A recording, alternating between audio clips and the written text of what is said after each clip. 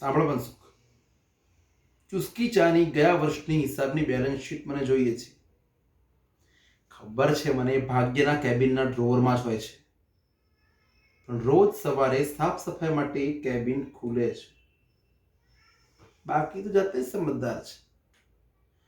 ચિંતા નહીં કર, તને તારી ધારણા કરતા વધારે મોટું ઇનામ મળશે.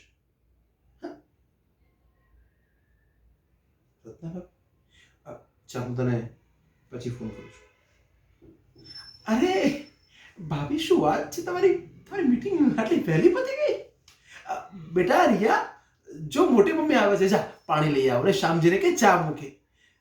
ભાભી ભાભી, તમે આવું પર કેટલું કામ કરો છો? ઘણું કરી લીધું. તમે આરામ કરો.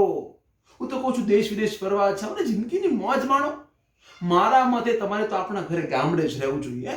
ઓર્ગેનિક ઘી, ઓર્ગેનિક શાકભાજી, ઘરના દૂધ ખાવા તો મળે અને હેલ્થ સારી રહે. ને મારા મોટા ભાઈ સાથે વિતાવેલી સમયની યાદોને વાગોળો. બે દીકરાઓ છે કામ કરવા માટે, તમે શું કામ ટેન્શન લો છો? બાકી ધ્યાન રાખવા માટે હું તો છું જ.